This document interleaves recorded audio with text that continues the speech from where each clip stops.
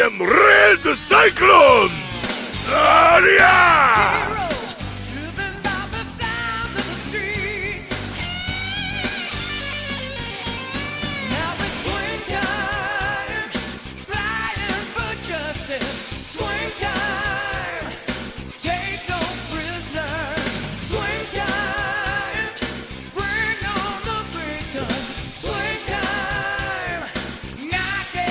Yes, sir. Yes, sir. Welcome to another episode of the It Gets Better, I Swear podcast. I'm your host, Louis Beans. I'm here with Mark with the mic. What's going on? What is going on, world? Chillin', Mark. What it is? Not much. I caught up some movies. I watched. I seen Flash. I've seen the new Transformers. Okay. So how's that? So I'll go over Transformers first. This is the Beast, introduction of the Beast Wars into the movie franchise and stuff. I thought it was a pretty good movie. I thought the action was cool. I always had issues with the people in the movies, but I did not find them that annoying in this one. Usually I get annoyed with the people really fast and I just want robots. But I thought they were pretty good. I thought the story goes into a direction that I actually think is kind of cool for the franchise. So I'm gonna give a spoiler alert because I don't care. I'll spoil it. So in the ending, goes into a dude that worked for kind of a CIA. So the Spanish kid that's in the movie, he kind of mimic. Mirage is a cool character because he could like change his robot to a bunch of different things, but he was able to actually give him a piece of him to make a whole like robot suit off of. Oh, okay. So I thought that was pretty cool. So like in the ending, he helped the Transformers win and things like that. And there was a guy that kind of like was like directly asked for him to get hired for a job. So he pretty much went to the job interview and everything like that. And then he was like, "Yeah, we know all about you. We know everything. Your friends you and your friends could come and help us fight the war." And he was like, "My friends? What friends?" And he was like, "Your big friends." And then he gave him a card, and you see G.I. Joe Initiative. Mm-hmm. So they're gonna combine G.I. Joe Transformers for the next movie, which is cool. I think it's cool. Like, hey. So the name, they didn't. Well, I doubt it, but it's probably gonna be called G.I. Joe's Transformers or Transformers G.I. Joe. Yeah, I think so. Okay. I think that's interesting. Cool. Yeah, that's interesting. That's a cool Very direction. interesting, actually. Yeah. I think it's a cool direction. I was like, all right, cool. But I did like the movie. Mirage was talked by Pete Davidson. I don't care for him that much, but he was not bad as it. And then also, his robot was pretty cool because again, he was a Mirage, so he was able to change into different things. Like he was able to change into a Lamborghini or a little punch buggy or a freaking motorcycle or things like that. No matter what he wanted to change, he could change into. He was pretty cool. Bumblebee was back. He was not in the whole movie, but he comes back later on. Optimus Prime was old school Optimus Prime, which was pretty cool. But he was kind of just a nag more than anything. But I liked the Unicron storyline with Surge coming to kind of like get the world prepared for Unicron to eat it and shit, and the Transformers are the ones that are pretty much stopping him, and it was these keys that needed to be used to stop it and stuff like that. Really good movie. It was a fun movie, and I liked the fact that how it continued off of Bumblebee. I got you. Okay. And then Flash. So I was not gonna go pay to see this movie. I'm not gonna support the whole Ezra Miller shit, but I will watch a bootleg. I watched the bootleg. And Michael Keaton stole the show. I'll tell you that much. Like his scenes were pretty fucking dope. It was cool seeing him and his whole bat array and things like that. But even before they actually knew he was Batman and stuff like that, he was like he was just a fucking long beard old man that no one knew about and stuff like that. It was pretty cool. Some of the cameos were crazy. Like they had this whole multiverse because when he was going into the Speed Force, you saw multiple versions of everyone, and they kind of see the whole like DC comic movies in the whole in this universe, and like the of Flash going into the space and time. So you see the likes of Christopher Reeves, you see George Reeves, you see Nick Cage as Superman fighting the fucking spider. You see the multiple versions of Batman. You see George Clooney. You see there's like a lot of little cameos and shit like that because George Clooney comes out as Bruce Wayne. It does a really good fan service if you're a fan of the DC movies. That this is like a nice good way to say goodbye to it and all, and they did a good job. As in watching the movie and the actor that played Flash, I don't think if you would have changed him, I don't think you would have. I think we still would have had the same movie. Just the fact that he wasn't that great in it. I never liked him as Flash to begin with, but got to a point that like I honestly felt like they could easily change him and no one would have batted an eye. Yeah, that's true. That's true. He wasn't impressive in it. Like he didn't do like such a great role. Like, oh my god, he should always be Flash. No, he wasn't that great. He was just whatever. His performance wasn't the greatest thing. And then the suit looked, he looked like he was wearing a rubber condom suit. Like his suit looked weird. I did not care for this Flash suit at all. The seeing Ben Affleck as Batman back was kind of cool. Seeing the little scene in the beginning for it. But other than that, like it was a solid movie. I'll say when it comes to streaming, watch it. It was pretty good. But again, I will say that yeah, they stood their strong point, saying, "Oh, we defend this movie, we're gonna keep going and stuff like that." But you could easily, 100% easily change them. If you got someone decent, if into that change, I think you could have still had a better movie. Just because I don't think he was that great in it. Okay, I understand. And you deal with 3 versions of him, which is even more annoying because I find the one version of him annoying, and then he goes into 3 different versions. I found them all 3 annoying. Mm-hmm. So that was it. But yeah, I got to watch those 2 movies. I picked up Diablo. Good stuff. Did you get to play it? Yeah. No? I played a little bit of it. I didn't get to like that deep into it. I started with the Necromancer. Mm-hmm. Because I think you were talking about it, and I was like, I'll try that one first then. True. So I'm enjoying it. It's a pretty looking game, and I just need more time to sit down and play. I haven't had time to really sit down and play this weekend, so. But I look forward to playing it more at work when I use my tablet and shit. Okay, gotcha.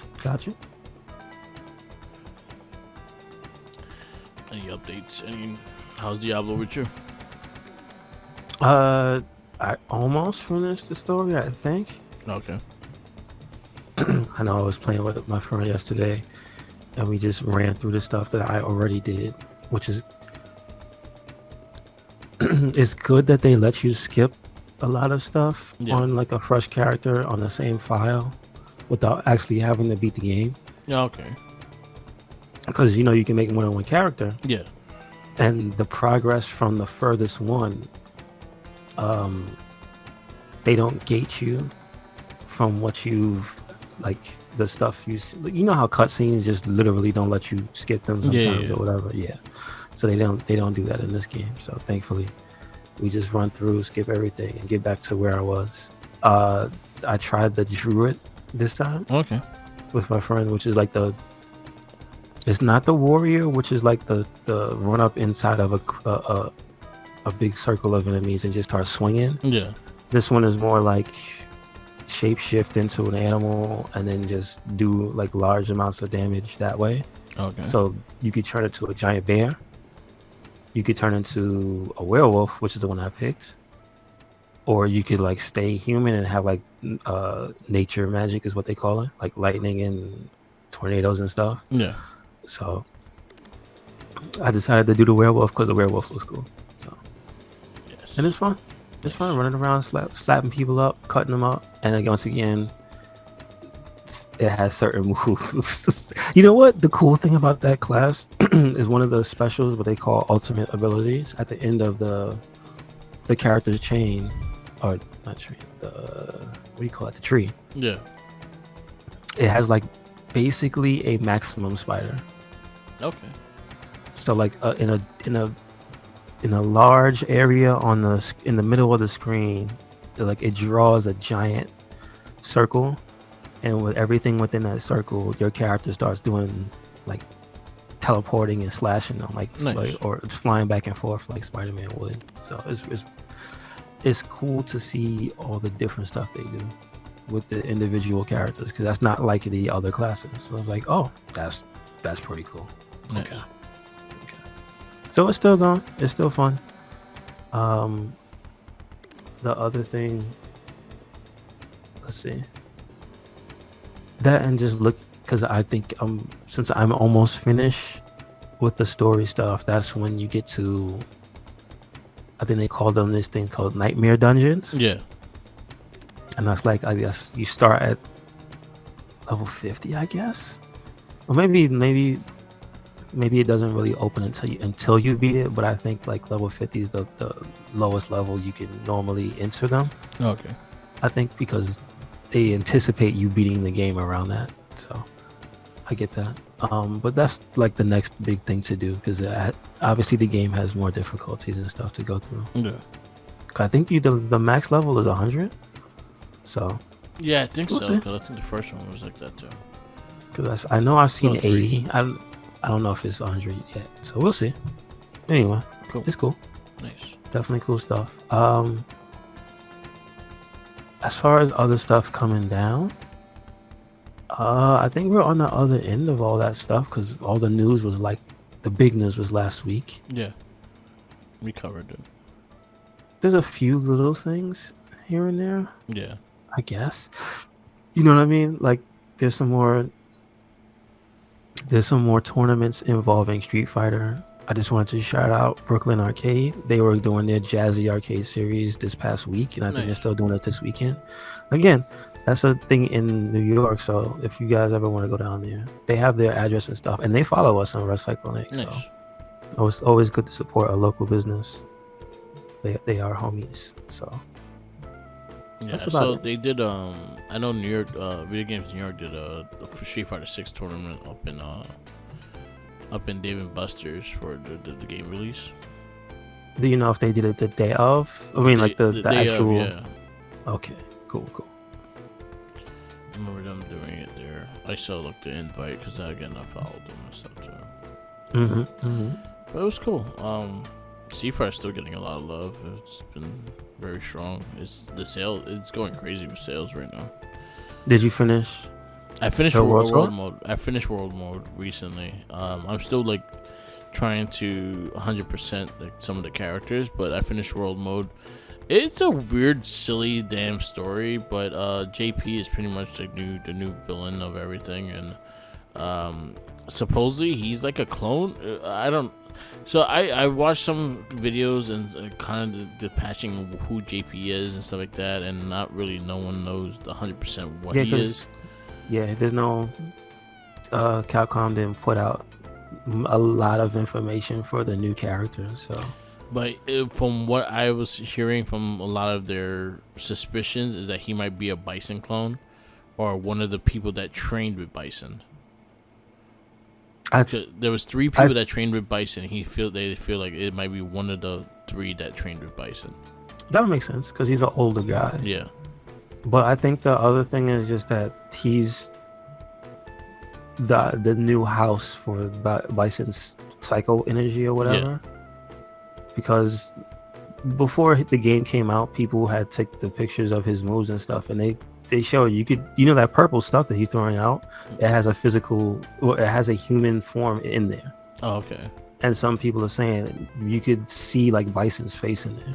I didn't know. Because when he dies, he never like dies because he put himself in the psycho drive. Like this is from Alpha when he did that. That's why he always comes back. It just takes time. Yeah, because it wasn't isn't Seth's like body is like is one of the building clones of Bison as well. It was supposed to, yeah. In Street Fighter 4 story, it was supposed to be a body for Bison. Yeah. And then I don't know I forgot what Seth was that he took it over, but it was supposed to be. It's kind of why Jury is related to that whole thing as well, because you can see she has like the purple energy. But I'm not sure if they said she has psycho energy, but I think he wanted to take her also. So I heard what Jury is, because each one was probably clone. Like I think each, because I remember him taking data of people's fighting styles and stuff like that. And Yuri is supposed to be like an evil version of Chun-Li. Which makes sense. Yeah. He went and got an evil Chun-Li. She's not a made-up person. That's the thing. Yeah. She didn't just come out of nowhere. She's a real person. It's No, just but that- they developed her to take over, like, because he wanted Chun-Li under his wing, and she didn't get it. So I was like, you know what? I'm gonna get my own. Makes sense. But she works. I think she doesn't work for Bison. She works for herself Yeah, or whatever his organization is. I think it's called Sin.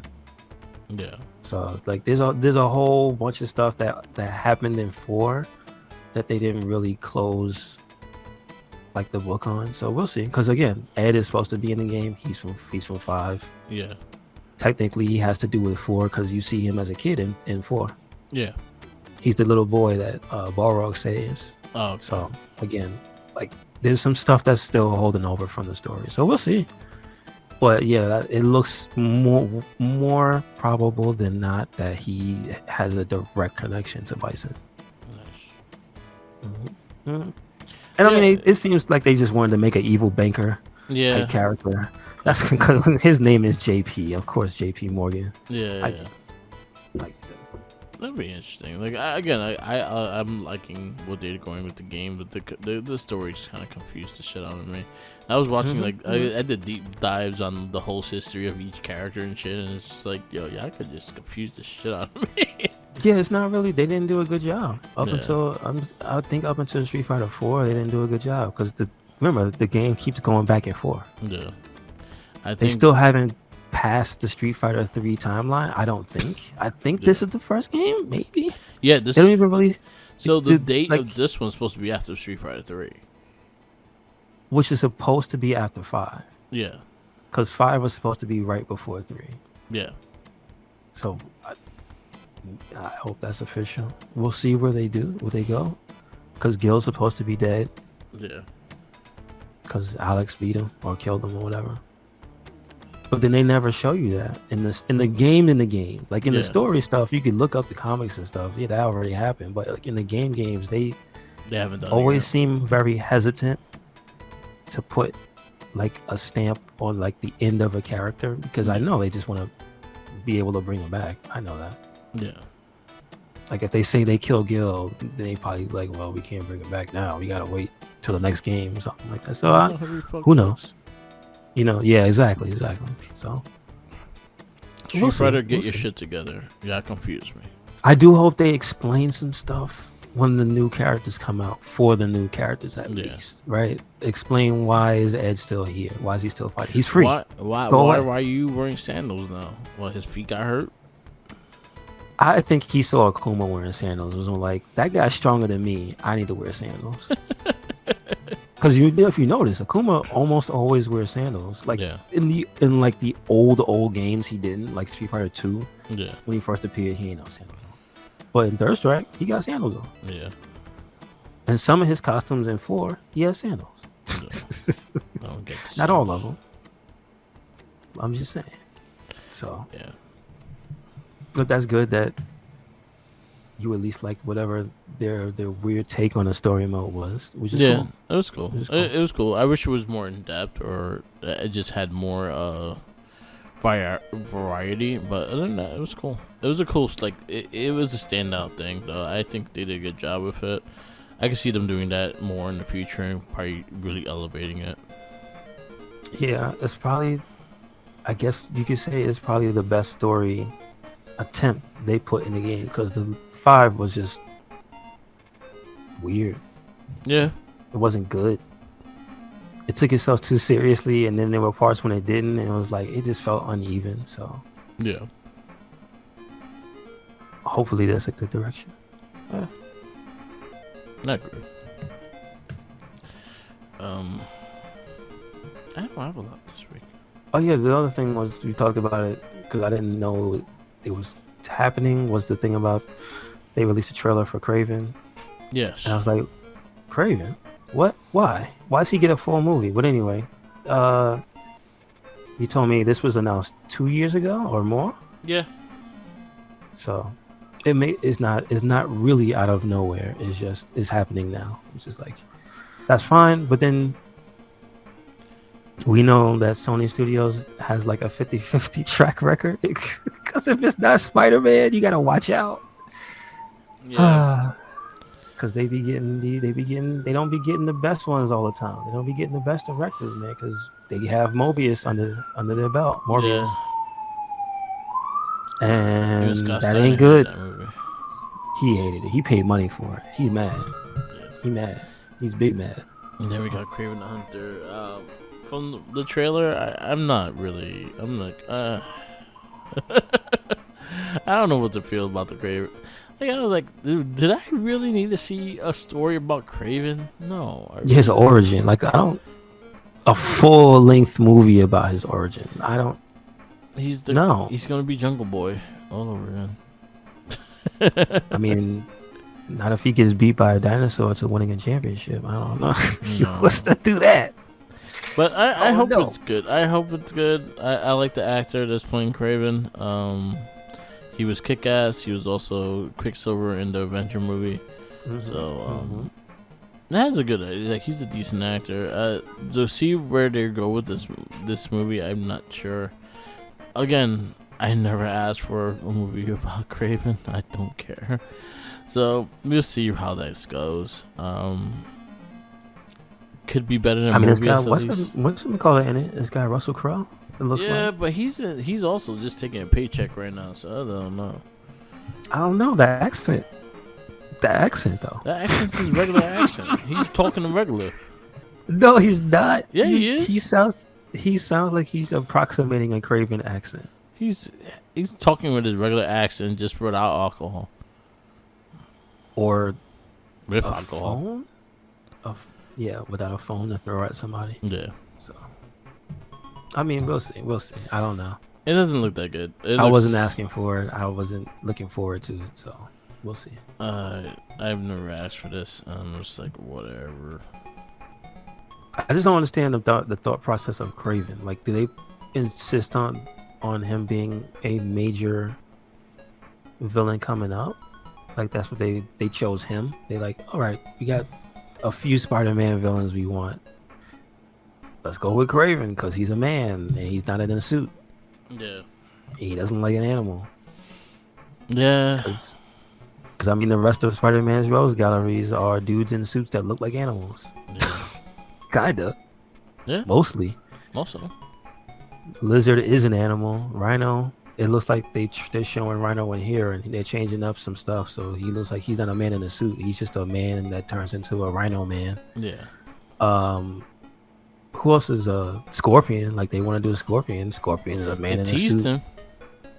You turn him into another man who turns into a Scorpion man because that's what they want to do. They don't.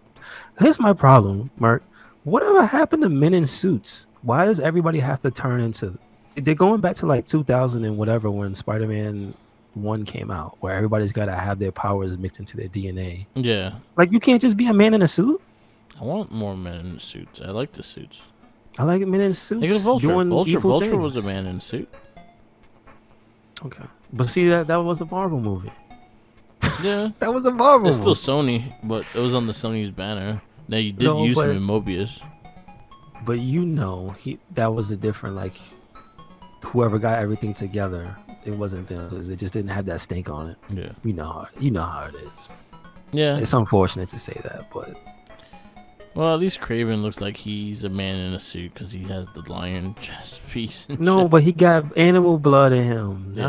Now he controls animals. Come on, He's he Aquaman. can't just be a man in a suit. Yeah. A crazy man who hunts people who's got What? peak athleticism and whatnot. No. All right. Well, that would be how long that movie was gonna be if they did that. I mean, listen. If you showed a man training, it could take years to show his whole regimen. So you could do that. But I'm just saying, like, why they gotta make him like a mutant or whatever? You know what I'm saying? It's always that.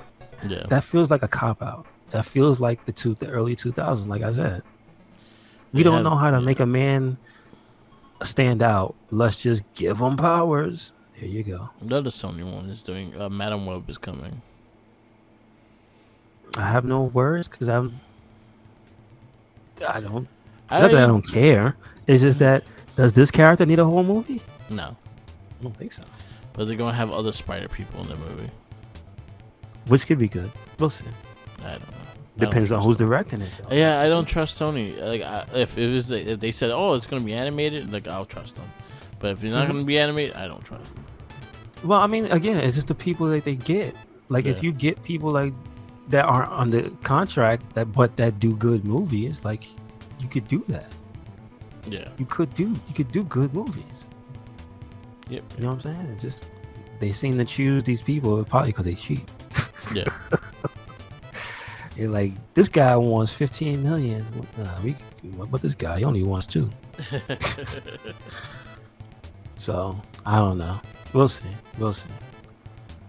I had more fun watching Super than I did even thinking about Kraven the Hunter as a movie. Just saying. So as we go, do you want to get into this movie? Do you have anything else for this week that you got or you saw? Not really. I've been a quiet week. I do have stuff coming in next week, so I'll have stuff to talk about next week. Okay. Oh yeah, stuff showing up. I got a new turtle. I got the big ass turtle figure. The colossal in the swamp. It's a big ass frog. Oh yeah. I got him. Okay. I got him coming in, so I have him. So I'll talk about it next week. Fucking, I know it's heavy. My friend was saying it was a really heavy figure. Okay. And it's just a big ass fucking, I think it's Napoleon. Big ass frog. Oh, okay. It's only one? Yeah, it's only one. Only one turned into it. In the cartoon. So yeah, it's only one. Understood. I think it's Genghis or is it Napoleon? It's one or two. Anyway, get into this movie if you want to. Yes, sir. So this week we have Super. One word. It is from 2010. It is rated R. It is an hour 36. It released. Oh, this was another Canadian joint. Toronto Film Festival when it premiered. And then on April 1st in limited, and then April 13th. It says video on demand. Wow. Yeah, it was straight to DVD. Straight to video. Yeah. Even okay. So here's the thing. Like, it has multiple premieres for video on demand. Is April 13th, and then it's like has another date here, August 9th, video premiere. So I assume one of those is when it came out for everybody to see. I forgot that. Yeah, I didn't even see that this wasn't in a theater. I only did see it on streaming. Yeah. This movie is directed by James Gunn. Yep. And you can kind of tell. Yeah. Because his brother's in it. His brother and this dude, fucking Michael Rooker. Michael Rooker. Yes. Yeah. It's like, actually, there's quite a few people in this movie that's usually in James Gunn's movies. Yes, there are a few people. Yeah, like Mika Hover. She's the voice of certain characters in Guardians and things like that.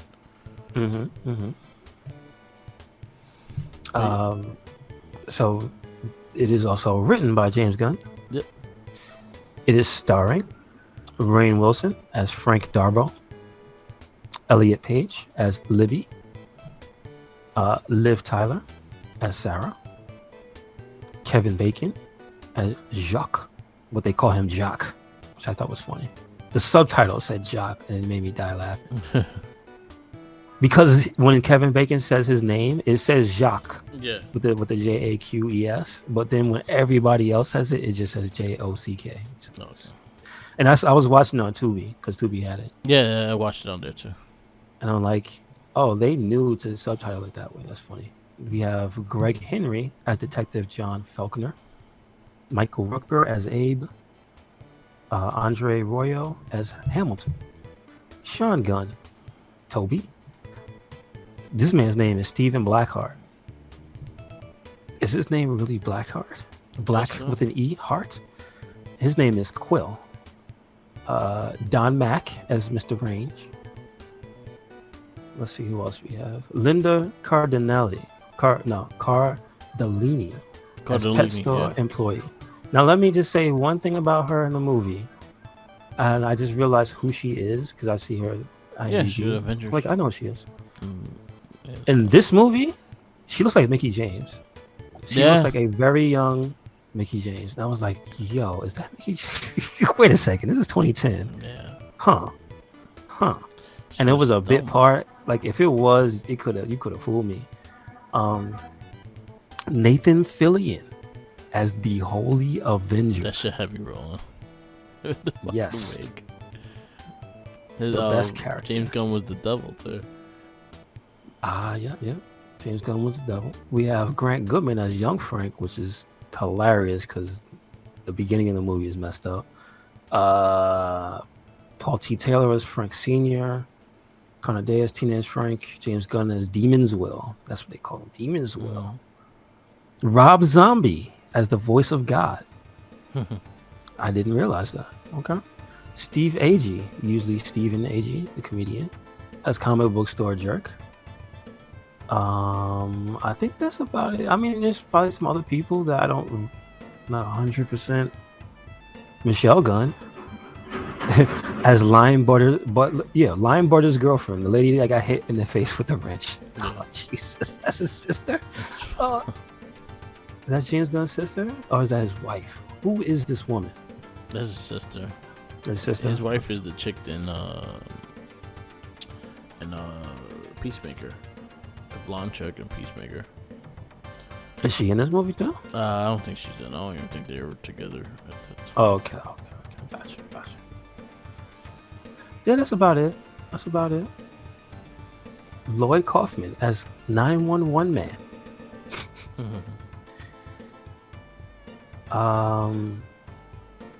So let's see what it says. After his wife falls under the influence of a drug dealer, an everyday guy transforms himself into the Crimson Bolt, a superhero with the best intentions but lacking in heroic skills.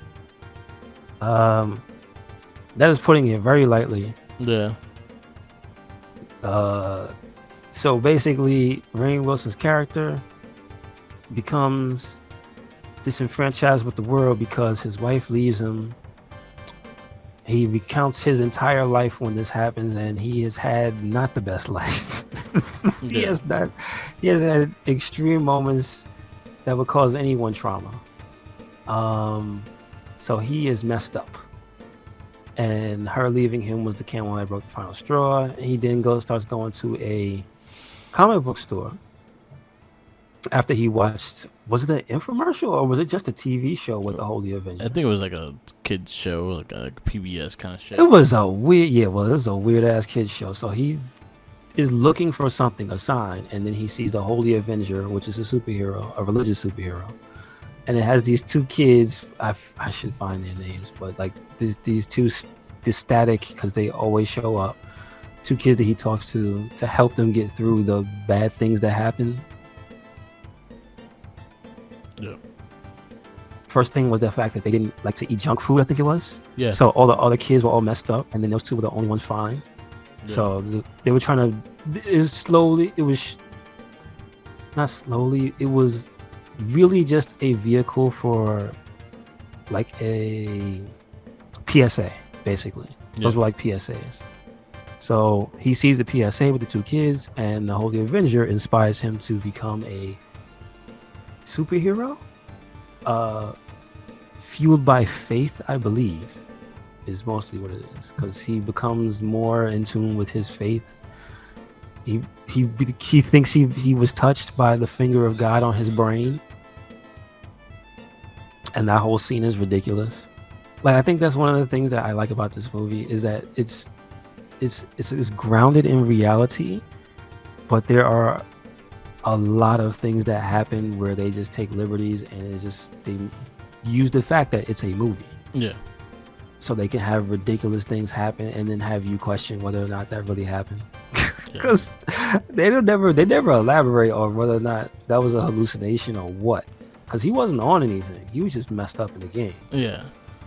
And he saw tentacles come out and tear open his head, and the finger of God tippy tapped the tippy tip, as the Holy Avenger said, of his fingertip on his brain and inspired him. So whether or not that was real, I don't know. Whether or not the Holy Avenger was actually giving him hints towards the end with the wink wink, you'll never know. Maybe he was just crazy, and I think that's pretty much what they tried to say. Crazy. He just had so much stress and trauma, he lost his mind. And he becomes a superhero after Libby just asked him literally, how come nobody ever become superheroes? And she's the comic book store clerk. Yes. And so that's how they meet, and their friendship begins when he asks for a bunch of books at her recommendation of heroes with no powers. And so she gives it to them, and that starts him on his journey. That's when he completes his suit. He does his little research, completes his suit, and he basically goes around his small town, staking out the places he knows there to be trouble. And the first thing is he beats up on this fake weed dealer who tries to scam these two guys. He's like, it's just sunflower seeds glued to like a stick or something like that.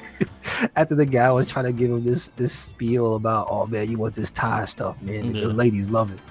And then you see in the background,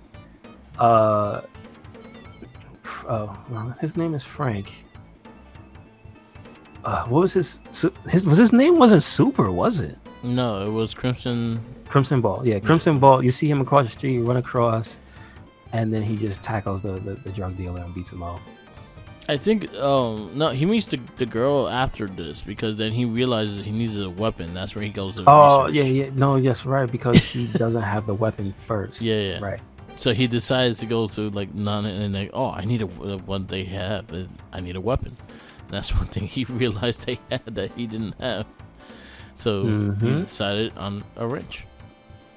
On a wrench. They don't ever tell you why. Maybe just because it matched his suit. Yeah. It was fucking mean.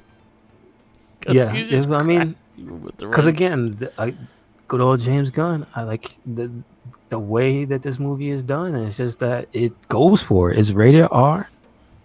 They don't hold back. Yeah, they don't hold back. Not even from the beginning of the movie. They don't hold back. So when he's hitting people with that wrench, you see it. Oh yeah. And you see the damage it does. It is not good. I'm surprised that no cops in town at all. It's a small town. It's a very small town. Like no one came and questioned him. But they have a big news station that looks like a national news network, because it looked like any old like Channel 5, Channel 7 type of broadcast. But apparently they don't have cops like that. He ran fucking the one on the line where he beat the fucking couple in the line. There are no cops to be found whatsoever in the city. It was 2010. It was a different time. Cops wasn't hanging out at the movie theater. It was a different time. Yeah, that's what I found it. Like I was like, there's no trail of any cops behind him. Mm-mm.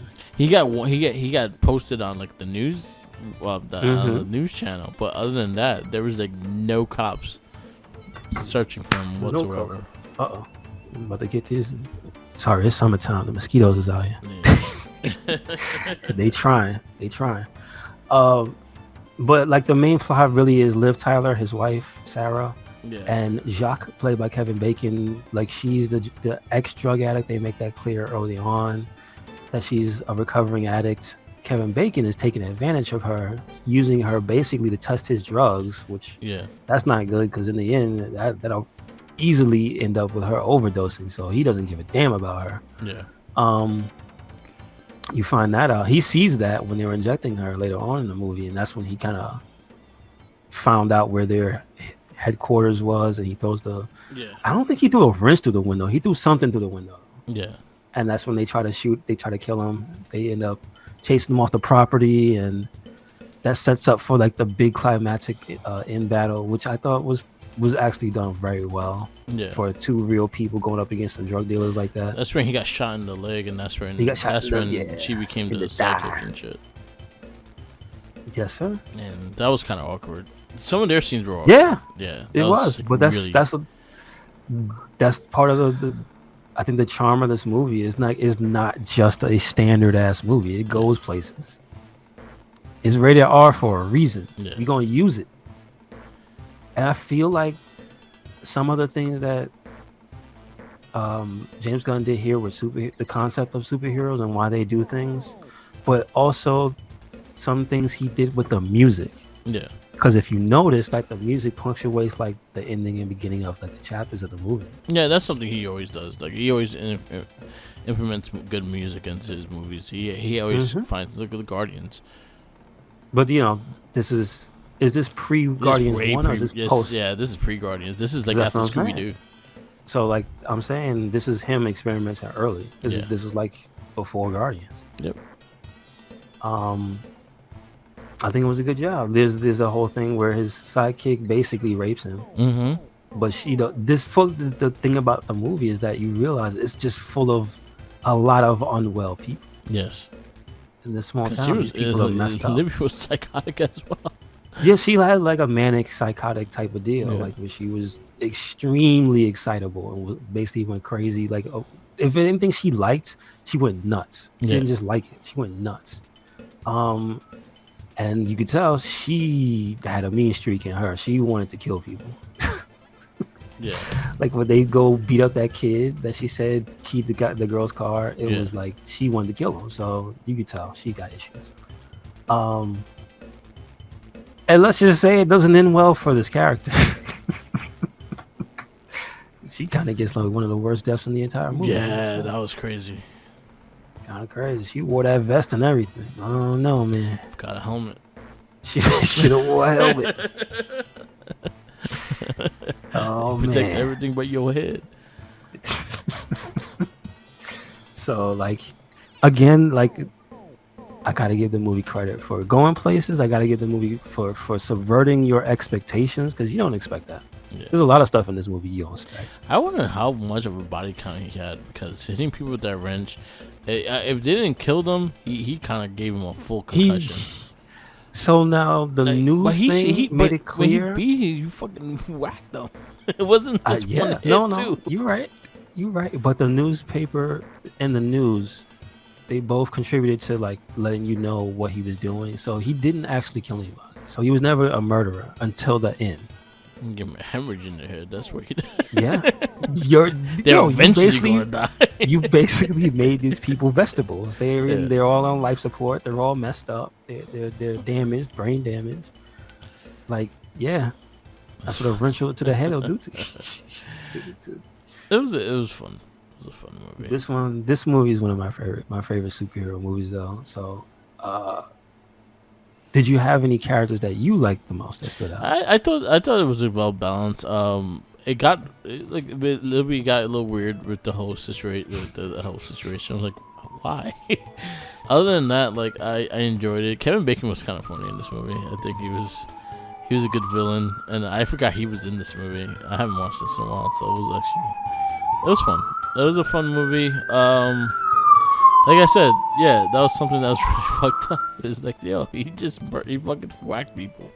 He gave hemorrhages and shit into people's heads. He probably concussed so many fucking people, and they're not gonna die now, but they'll die eventually. Like, I feel like he set them up for death. Yeah, pretty much. I mean, technically, you can say so does Batman, because he be doing stuff. Yeah, that's all I know. But he does stuff. He says he don't kill people, but the way he beat that man's ass. I know. Batman fucking beats your ass into like an inch of your life, and then he's like, "Oh, my bad." You know what I mean? So, a little bit of that. Yeah, it's just got too many good characters. I like Michael Rooker in the movie. I actually like Kevin Bacon in the movie. Yeah. I liked Elliot Page's character, like even Rainwell. Most people in this movie, these characters I liked. It was just a bunch of like just very well realized characters. And I was like, okay, I guess okay. Nathan Fillion was my favorite character. That ain't because Yeah, I completely yeah, forgot about he's a that, good and this one. shit had me fucking rolling. That Totally wig agree, was he's a just good so one. bad. Yes, in the muscle suit. Yeah, Yes. yeah, it was funny. I mean, even James Gunn as the demons will the devil, Yeah. basically, he was actually pretty funny. Yeah. So, like, there's just a lot of good in this movie, character wise. So I guess we get score it now. We give it This movie, I'm giving it a 4.5. 4 or 5.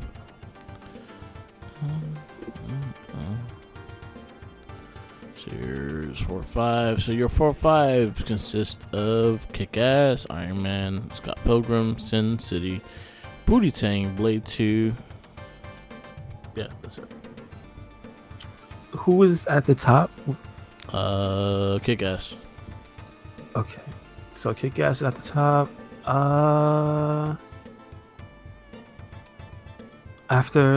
Before Scott Pilgrim. 4. Okay. So this is in your number 4.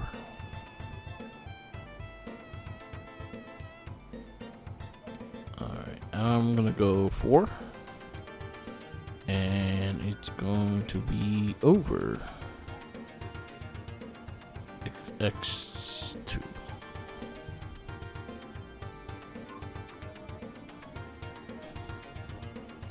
Alright. So this is our last movie of 2010, and our next movies will be part of 2011. So the next movie on our list for next week is Green Hornet. Have never seen it. Yeah, I think it's Seth Rogen and this Asian dude that was in Ninja Assassin. The main guy? Yeah. Okay, I know what you're talking about. I don't remember his name off the bat, but Yeah, it was dumb too.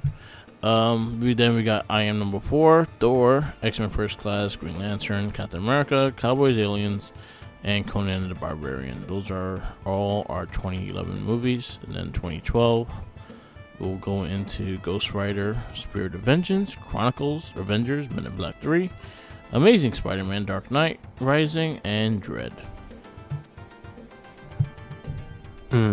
Okay. Can't wait for Dread. Yep. That's a good one. Yeah, it's a good one. I watched it recently. It's really good. Oh, you watched it? Okay. It was on. It just happened to be on. I just wound up watching the rest of it. Like, I think it was on FX. So it was on regular TV, and I was like, "Oh, okay, I'll keep watching." All right, we wrap this up.